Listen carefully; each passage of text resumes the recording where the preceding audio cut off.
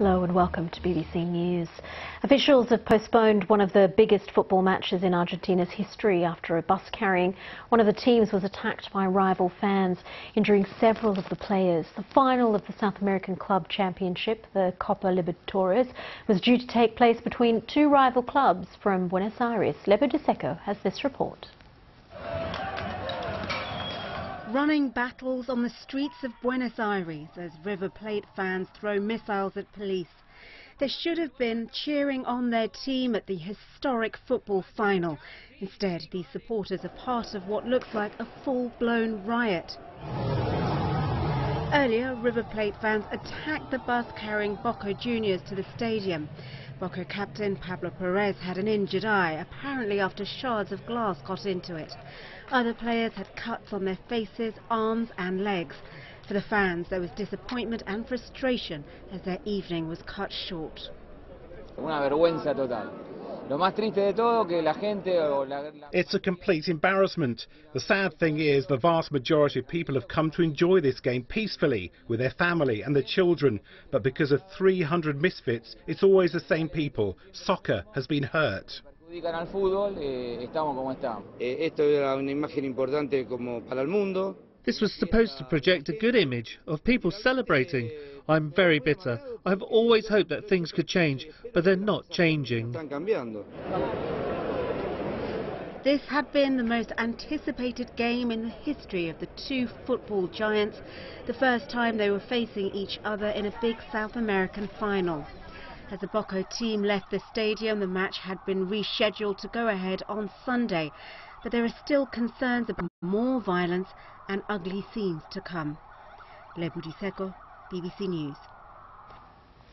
The British Prime Minister is in Brussels ahead of Sunday's historic EU summit to formally approve the draft Brexit deal.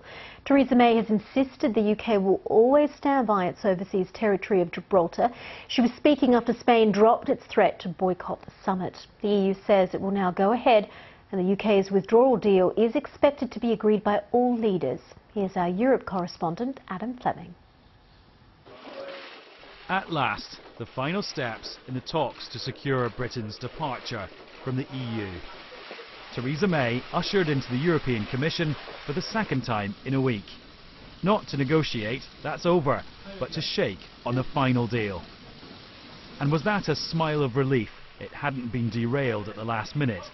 Prime Minister, did you compromise over Gibraltar? Hours earlier, her ambassador to the EU had written a letter reiterating how Brexit would affect the ROC, reassuring the Spanish Prime Minister enough that he dropped his threat to boycott tomorrow's summit. Spain has reached an agreement on Gibraltar.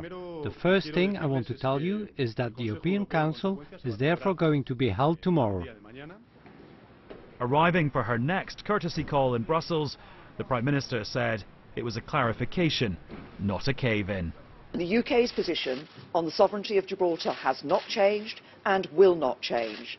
I'm proud that Gibraltar is British, and I will always stand by Gibraltar. This process has lasted for 18 months. The Prime Ministers had to shuttle backwards and forwards. It chewed up two Brexit secretaries.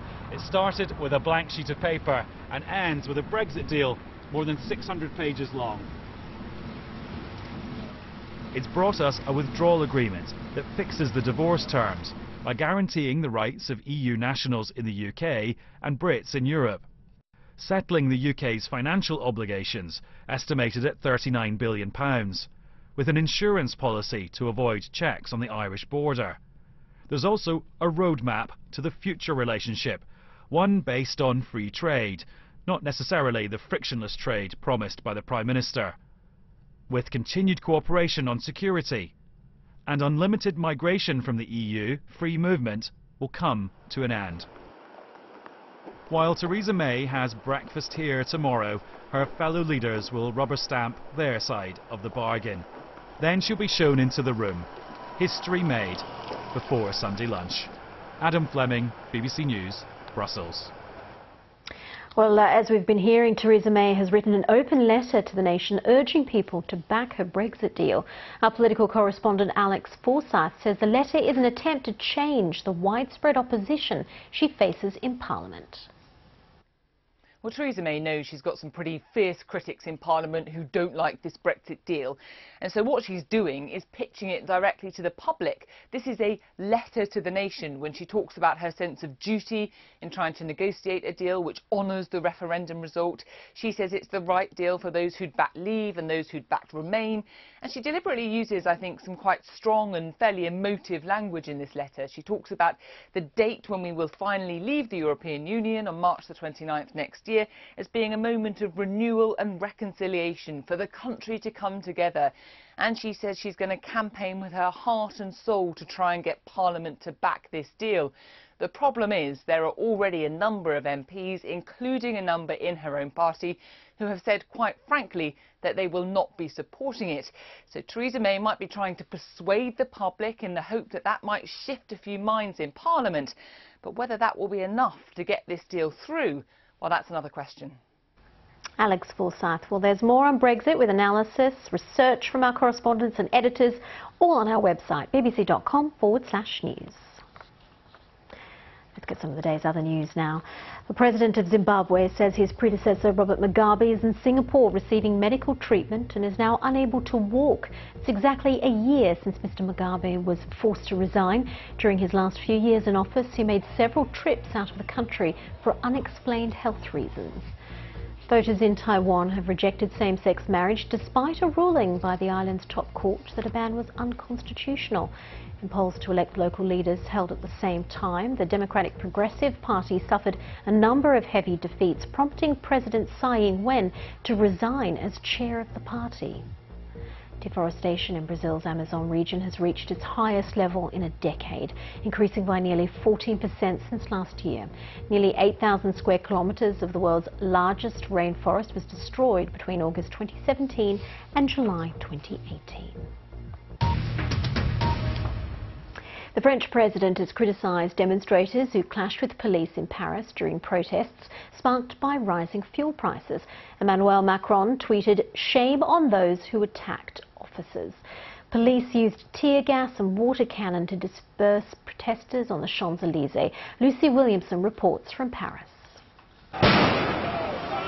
This a reminder for France's president. Sparks can quickly ignite into flames. The Champs-Élysées, not a tourist site today, but an unofficial battleground. Protesters armed with paving stones, pushed back by tear gas, water cannon, riot police. This movement is about more than fuel prices. Its supporters tired of taxes, tired of politicians. Their slogans threatening revolution.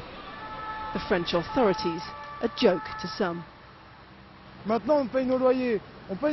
We have to pay for rent, food, insurances and telephone. What's left at the end of the month? Nothing. I don't want Macron to just cut taxes, I want him to resign. Why is it always the little taxpayer who has to pay? We've been tightening our belts for 30 years. If it gets any tighter, we're going to explode. The government banned protesters from this street today, pointing them to the Eiffel instead. The far-right leader Marine Le Pen questioned why. The government says she's encouraging dissent. The ultra-right is mobilized and has answered Marine Le Pen's call. They want to attack institutions. They want to attack governing MPs. The government said no protests on this street, and look what happens. They say ultra-right elements are responsible for the violence here, but many ordinary people say they also support this movement. This protest has brought together people from all political backgrounds, all parts of France. But it's a movement with no national leader, no formal structure. Its membership and its identity hard to control. Tonight, with protests dying down, the government has said it's listening, but there's no sign yet it's changing course. Security forces can clear the barricades, but political resistance is far harder to quell. Lucy Williamson, BBC News, Paris.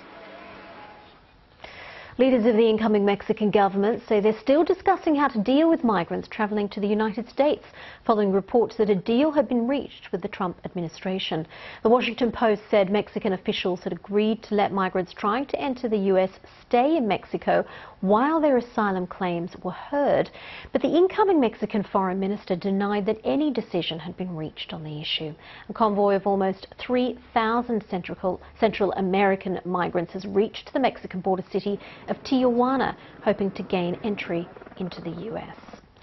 Well, earlier I spoke to Emily Green. She's a freelance journalist based in Mexico City, and I asked her if anything had actually been agreed with the Mexican government. It's hard to say.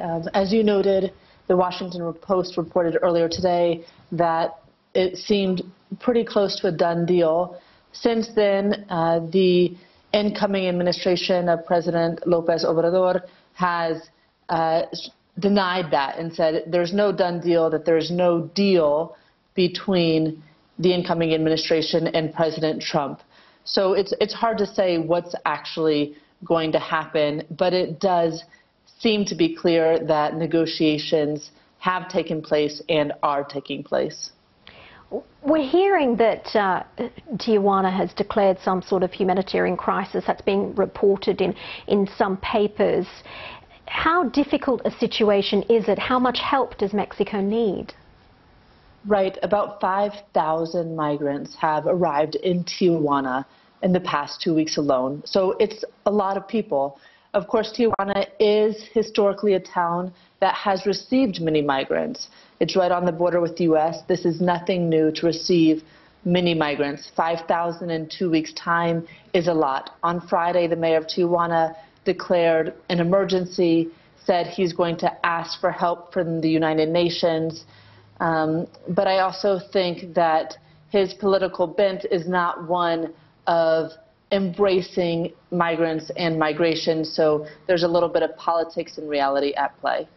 What is going to be the reality for those migrants and asylum seekers if they do have to wait in Tijuana and other border places while their case is heard? So a little bit of background. I mean, to get an asylum case finalized in the United States right now takes months and frequently years. It can take as long as 5 to 7 years.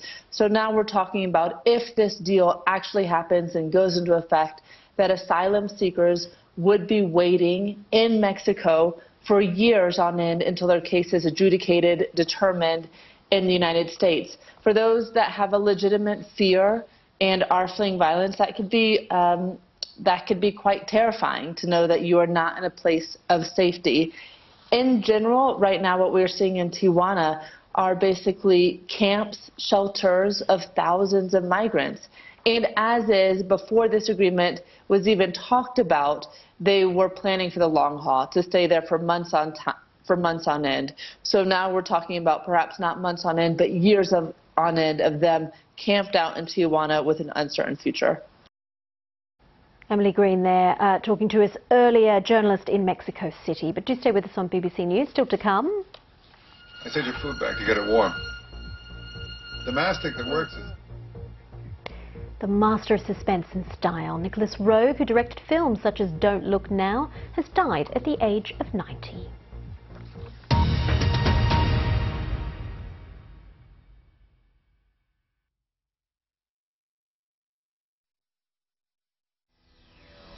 President Kennedy was shot down and died almost immediately.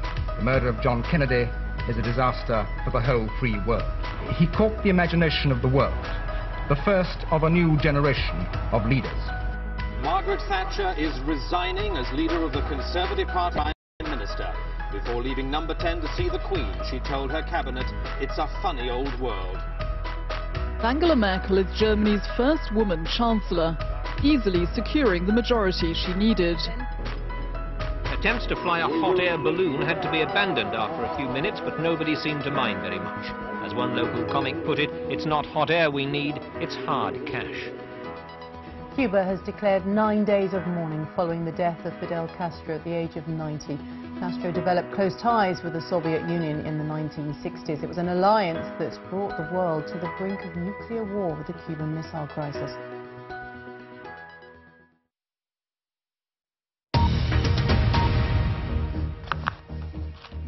This is BBC News, the latest headlines. One of the biggest matches in South American football, the Copa Libertadores final, is postponed after a bus carrying the Boca Juniors team is attacked in Buenos Aires. And after Theresa May's day of meetings in Brussels, the EU says it's ready to sign the Brexit withdrawal agreement on Sunday's special summit. Let's get more now on that violence in Argentina. Tim Vickery is our South American football correspondent. He spoke to us a bit earlier and he said it came as no surprise. It's a disaster, really, for South American club football. In the glorious history of South American club football, this match is, I think, the biggest thing that's ever happened. It's got the biggest global audience that has ever watched a club game between two South American sides. And I'm afraid you've come into our house and you've seen everything in a huge mess. There are real problems in South American societies and in South American football, and some of them came to the surface. And what we saw with the attack on the team bus of Boca Juniors is perhaps in part football hooliganism. It's also in part corruption and corrupt values of a society moving in the wrong direction. The organised groups of thugs in Argentina, it's not just hooliganism, it's business. They make their living from being thugs. They get a cut from players' wages, a cut of transfer deals even is sometimes alleged, and they make money from ticket sales on the black market. And one interpretation of the violence that we saw is that the organised groups of thugs were responsible because one of their touting operations, and they could make a fortune on the black market selling tickets for this game, one of their touting operations was interrupted, and this was their revenge, this was their response. So totally inadequate precautions there in security, and it's obvious that the route of the Boca Juniors coach on the way to the stadium should have been cordoned off at key moments. It was clear well over an hour before the scheduled kick-off that this game really shouldn't have gone ahead. Players had been injured, player safety should surely be paramount, and players there of Boca Juniors were not in physical or psychological conditions to play this game. And yet it took hours and hours and hours for a final decision to be reached, and it was the clubs who pushed for this decision to be for the game to be put back 24 hours, to the shame of the authorities in this part of the world. They were trying to get the game played. And the kick-off time kept on being put back and back and back, and in the end, over 2.5 hours after the scheduled kick-off time, more than 3.5 hours after it was clear that the game shouldn't take place, it was announced that the game will take place instead on Sunday. Now, I have to tell you that there's already a doubt with that. The local council in Buenos Aires has banned River Plate Stadium because it exceeded its capacity for Saturday's match and emergency exits were blocked. Now, that should be negotiable. River Plate should be able to pay a fine and ensure that the game goes ahead on Sunday. But at the moment, that's not 100% confirmed. So I'm afraid the chaos just gets deeper and deeper. Our South American correspondent there, Tim Vickery. Now, archaeologists have found an ancient Egyptian tomb which is believed to be more than 3,000 years old. The discovery on the west bank of the Nile at Luxor contained 2 mummies encased in coffins, which researchers said had been perfectly preserved. Sadalba Hadari reports. This ancient coffin is one of the 2 discovered in Luxor, on the banks of the River Nile. It contains the mummy of a woman, almost perfectly preserved in linen inside a coffin for more than 3,000 years.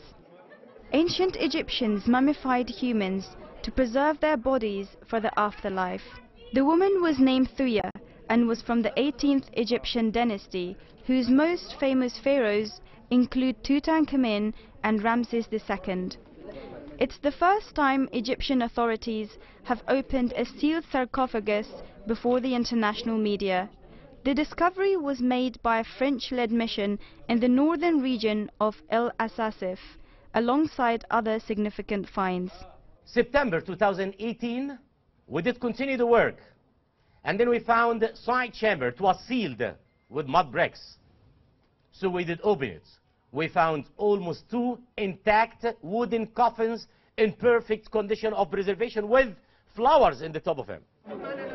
The other tomb from 4,000 years ago belongs to Thau Rechet If, the overseer of the mummification shrine, along with 1,000 miniature figurines of servants, which ancient Egyptians believed would serve the dead in the afterlife. The archaeologists removed 300 meters of rubble over 5 months to uncover the tomb, which contains colored wall scenes depicting the owner and his family. So far, Egypt has revealed over a dozen ancient discoveries this year. Sadaba Haidari, BBC News. And one of Britain's most original film directors, Nicholas Roeg, has died at the age of 90. He had a career spanning 6 decades and was celebrated for his original and controversial filmmaking. John Donaldson looks back at his career. I sent your food back to get it warm.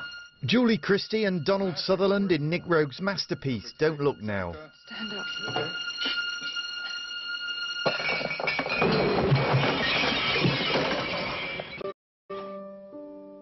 It was sumptuous and eerie, both hypnotising and unsettling. He was a cameraman before he was a director. Here he is on the set of Fahrenheit 451, filming Julie Christie. He was director of photography on Dr. Zhivago, but fell out with the director, David Lean, who sacked him. His replacement won an Oscar, partly for Roeg's work. Why don't you go to a hotel? His first film as director was Performance, with Mick Jagger as a rock star and James Fox as a gangster.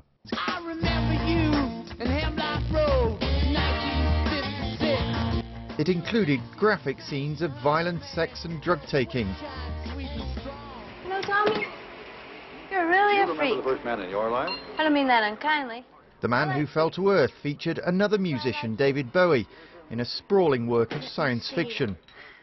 He could be driven. On one film, the crew threatened a walkout when he filmed for 24 hours non-stop.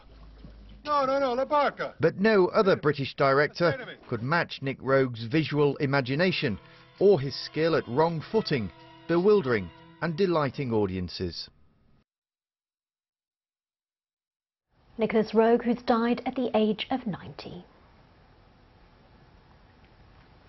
Now, NASA's latest mission to Mars is due to land on the Red Planet on Monday. It's not an easy mission, and success depends on precise calculation.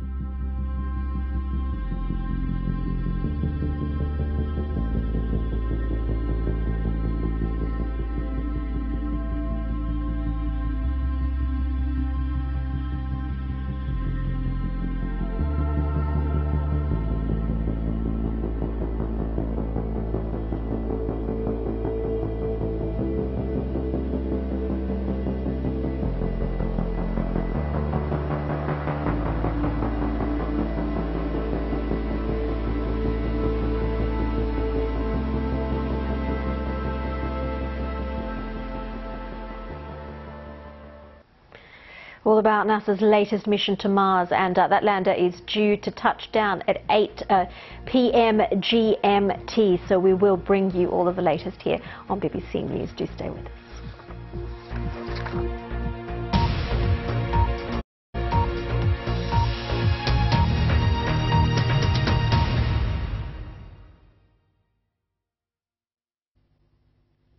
Hello, thanks for joining me. In the short term, no big changes to our weather. That will come, but it won't arrive until the middle part of the week. As far as Sunday's concerned, actually for most of us it's looking decent enough and pretty good as well across the south of the country, where recently we've had a lot of cloud and some rain too. Now here's the big picture across the continent. A lot of blue, so that means that the air's still cold and it's coming out of eastern parts of Europe and also Scandinavia. But that will change, as I say, by the time we get to around about Tuesday, Wednesday. Milder air starts to arrive off the Atlantic. Here's the early hours of Sunday morning. Temperatures will be above freezing in bigger towns and cities, 2 degrees, say, in Edinburgh, around about 6 or 7 in the south, but we will have pockets of frost here and there, especially where we would have seen clearer skies overnight, and that's probably across western Scotland and Northern Ireland. Now Sunday itself at times will be cloudy, so not promising clear blue skies, and in fact you might even need your umbrella from time to time in the northwest of the country. There could be a few showers here carried by that easterly wind, but in the south a better day. Temperatures will get up to around 8 degrees in London, so still pretty chilly, and only 6 Celsius expected in Edinburgh. Now here's the big picture on Monday. Now you'll notice a big low pressure sitting out there in the Atlantic. It is heading our way, but it won't reach us until Monday night, western parts of the UK.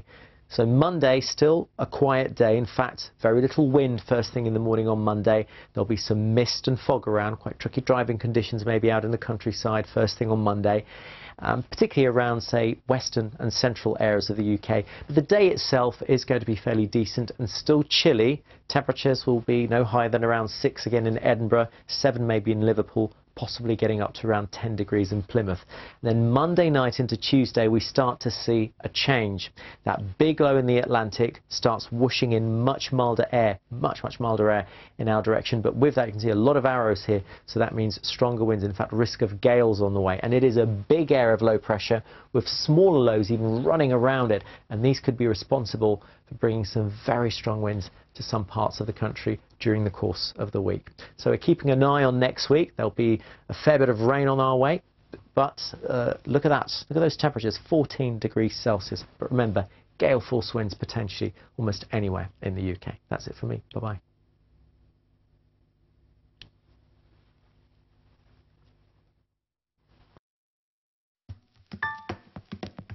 Stories set to shape the news agenda. Headlines, freshly written. Original perspectives on the day's unfolding narratives. See the bigger picture as it emerges. The Papers, tonight at 10:30 and 11:30 on the BBC News Channel. This is weird, isn't it? No, still weird. But if there's a report about where I live or what I do... It usually sounds like this. Or it might be this. Or maybe even this. Or sometimes this. The BBC Young Reporter competition wants to change that. If you're aged between 11 and 18 and have a story you think needs telling, the BBC can help you tell it.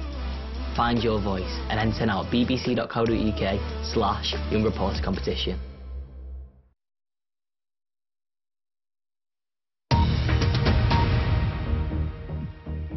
This is BBC News, the headlines.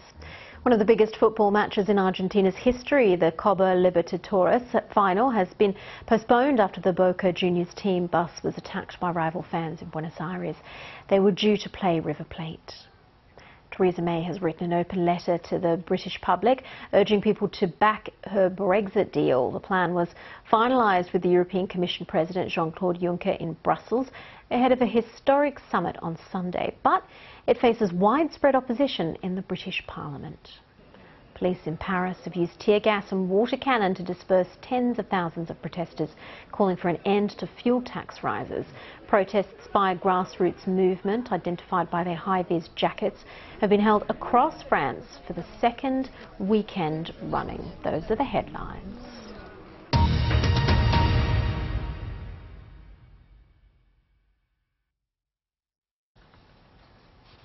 Now, the search is on for missing footage of Sir David Attenborough. First aired on the BBC almost 50 years ago. Staff at the Royal Institution are asking the public to look in their attics for any recordings of their Christmas science lectures by Sir David after realising 31 broadcasts are missing from their collection. Our media and arts correspondent David Silito reports. We will have a little protein dance. Okay? Carl Sagan in 1977 doing the protein dance. Very good. Can you get a different note on it? Christopher Zeman and the science of music. Heart rate 126. You must be calming down, Robert. How do you feel now compared to before? Great. These lectures have been a Christmas tradition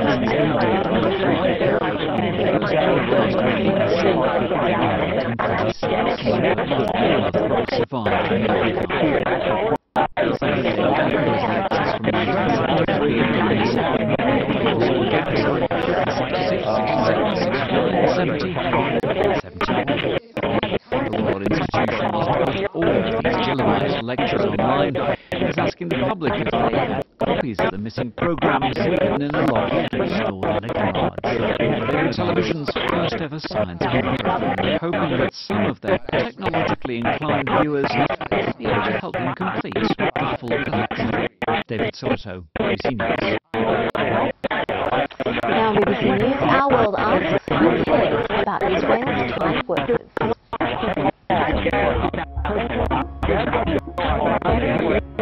Every year, thousands of people come from Thailand to work in Israel, hoping to build a better life for the families back home.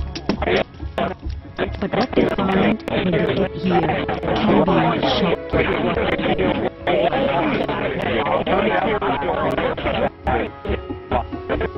For more than a year, Europe is investigating the treatment of Thai laborers working on Israel's farms.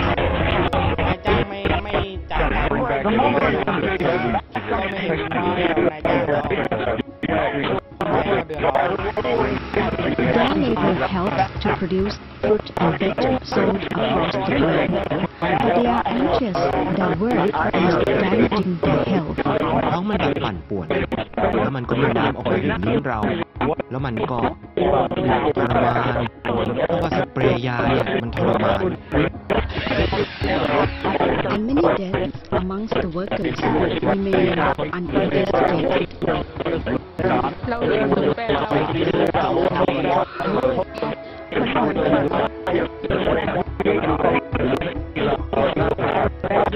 In this field, we'll be asking who cares about Israel's Thai workers.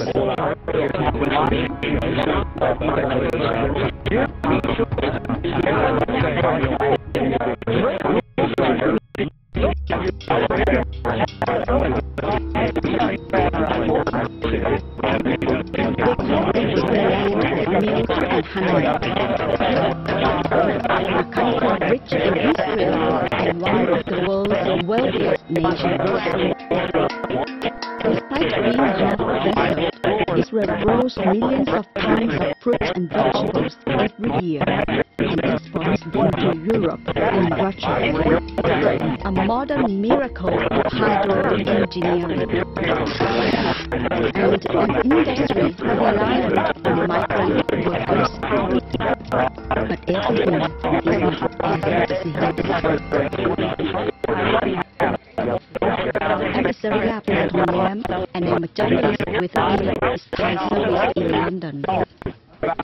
Just over a year ago, I started to get worrying messages from Thai workers in Israel.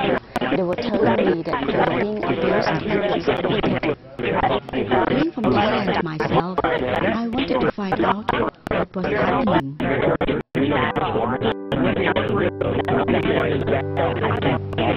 We have started our investment in southern Israel after a tip-off about a farm not far from Gaza. Agriculture in Israel is organized into hundreds of gated communities called moshavs, and each moshav contains dozens of farms and farmhouses. So this is moshav Tikuma. It's actually looks like that here. Big trees, big flowers, nice houses. This is the home of a well-established farming family on the moshav. The Thai workers Dan Roy live just a stone's throw away. 15 workers share these wooden huts. This accommodation isn't temporary. The work here isn't seasonal. These are the only homes these young men and women will move in Israel. Somkit was 29 when we met him. Like most of the workers here, he's from the northeast of Thailand. He had left his village 3 years before because his parents and his wife were often going with him to field. He's afraid to show me around.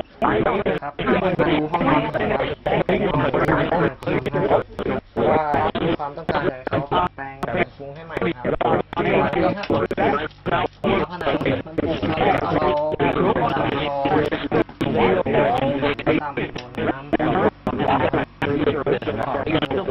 วานดีก็ปลูกนะครับปลูกแล้วมีหนูน้องกลางคือครับงานในสวนอากาศร้อนในช่วงหน้าหนาวก็ฝนทำงานที่ห้องห้องยังรั่วอีกต้องมาดูห้องอีกครับ Many of these laboring jobs used to be done by Palestinians, but not anymore. Somkit is in Israel as part of an official government scheme. He's one of 25,000 Thai nationals working and living here.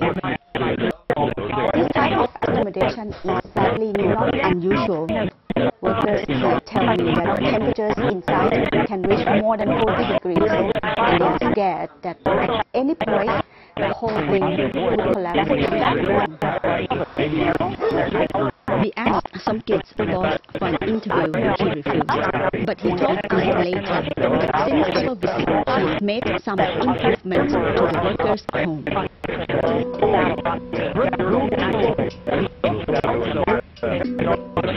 Investigating the lives of the Thai workers on Israel's farms isn't easy. There's a climate of fear. Few people will talk to us in Arabic. But over 14 months, we visited more than 50 farms and spoke to hundreds of workers to get to the truth. We are heading to a small mosque called Iran in the deep south of the country.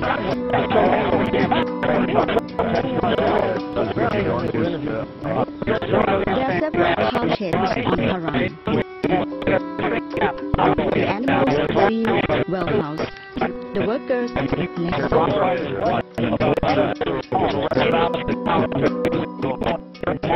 We have told this worker is frightened, so we have agreed to hide his real identity. He's lived here behind the cow shed for a year.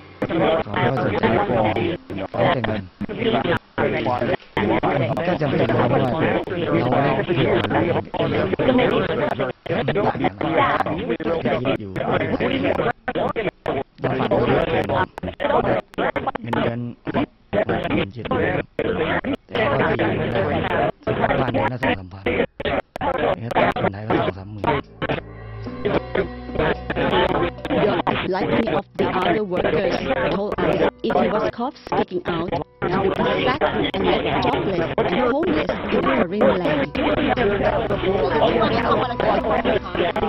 The fear is palpable, but it wasn't long until I understood why. We have just arrived at Moshe Iran. We asked the shopkeeper inside to contact one of the farmers that we want to meet. Over the phone, he told us that we were making a documentary for the BBC. He told us to leave the Moshe immediately, otherwise he would call all the Philippines to come and break up. Agriculture in Israel is a multi multi-billion-pound industry. It's hard work, but for those farmers who make a success of it, the benefits are easy to see. This is Lakish, the most beautiful moshav we saw, and is built on revenue from grants. We have come to take a closer look at one of the farms. Ashimani has lived on Lakish for 20 years. He says he employs 3 workers and he is keen to show me where they live.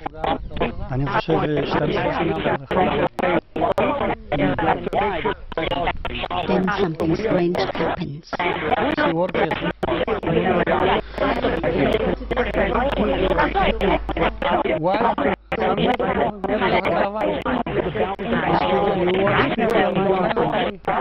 Mr. Martin wouldn't let us take our cameras into his warehouse.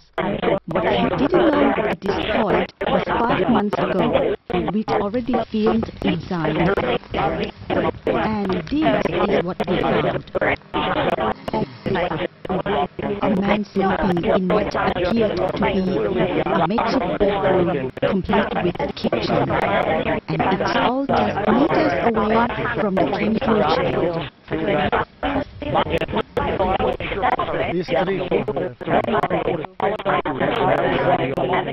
Although Mr. Martin won't let us feel inside the warehouse today, I did manage to take a look at the man we'd seen sleeping there 5 months earlier was still there. We asked Mr. Martin about him. היה תאילנדי שלו, לא שלי. הם לפעמים לא מוצאים בעניין ממושב אחר, באים לפה. יומיים, 3, בוחרים את החבר שלהם. שנים פה, לא שעובדים אצלי. העובדים שלי יש להם כולם בתוך החברה.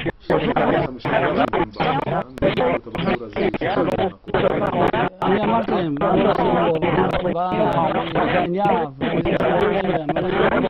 הם באים לפה, אז לא באים ליום אחד, באים יומיים, 3, אני בכלל לא יודע. Truck workers are allowed to stay in Israel for a maximum of 5 years. During their stay, they are entitled to expect a reasonable level of comfort and safety. According to the workers' handbook, they should be provided with suitable housing, including at least 4 square meters of sleeping space, personal cupboards, bedding, heating, ventilation. Everything is laid out in black and white. In the dozens of farms we saw, there weren't many